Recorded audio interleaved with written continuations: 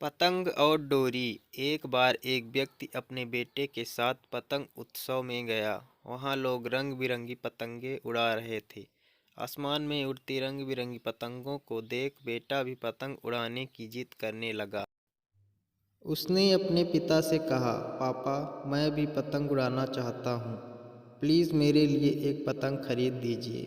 बेटे की इच्छा पूरी करने के लिए पिता पास ही की एक दुकान में गया।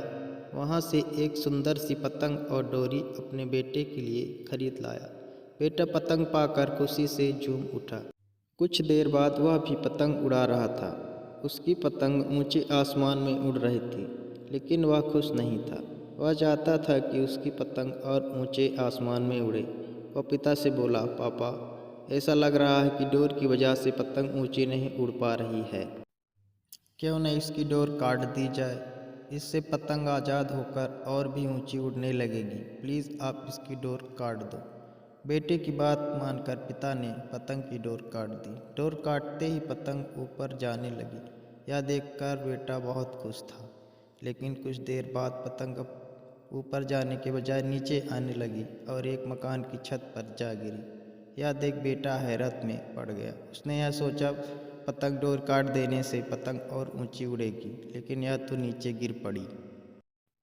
उसने पिता से पूछा, पापा, ये क्या हुआ? पतंग आसमान में और ऊंची उड़ने के बजाय नीचे क्यों गिर पड़ी? पिता बोला, बेटा, तुम्हें लग रहा था कि डोर पतंग को ऊंचे उड़ने से रोक रही है, जबकि वास्तव में ऐसा नहीं था। डोर तो पतंग का सहारा थी। हवा की गति अनुसार तुम डोर ढील कर या उसे ढील देकर पतंग को ऊंचा उड़ने में मदद कर सकते थे, लेकिन जब डोरी रूपी सहारा कट गया तो पतंग को मदद मिलनी बंद हो गई और वह नीचे गिर पड़ी। ऐसा जीवन में भी होता है। जीवन की ऊंचाइयों पर पहुंचकर हमें लगता है कि परिवार, रिश्ते और दोस्त हमें बांध रहे हैं और सफलता के शिखर पर पहुंचने से रोक रहे हैं, लेकिन यह हम भूल जाते हैं कि हमें ऊंचाइयों पर ले जाने वाली डोर हैं। उनके नैतिक बल के बिना सफलता की उड़ान मुश्किल है। बेटों को अपनी गलती का एहसास हुआ। कई बार यह सोचते हैं कि हम अपने जीवन में जल्दी प्रगति कर लेंगे या जीवन की नई ऊंचाइयों को पा लेंगे यदि हम अपने घर और परिवार के बंधनों से मुक्त हो जाएंगे।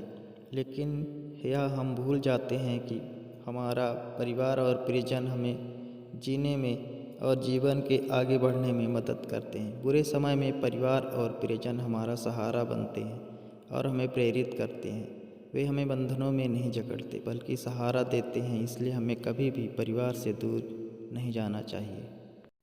दोस्तों, ये कहानी आपको कैसी लगी कमेंट्स में ज़रूर बताएं। और हाँ, अगर नए हैं तो चैनल को सब्सक्राइब ज़रूर करें। धन्यवाद।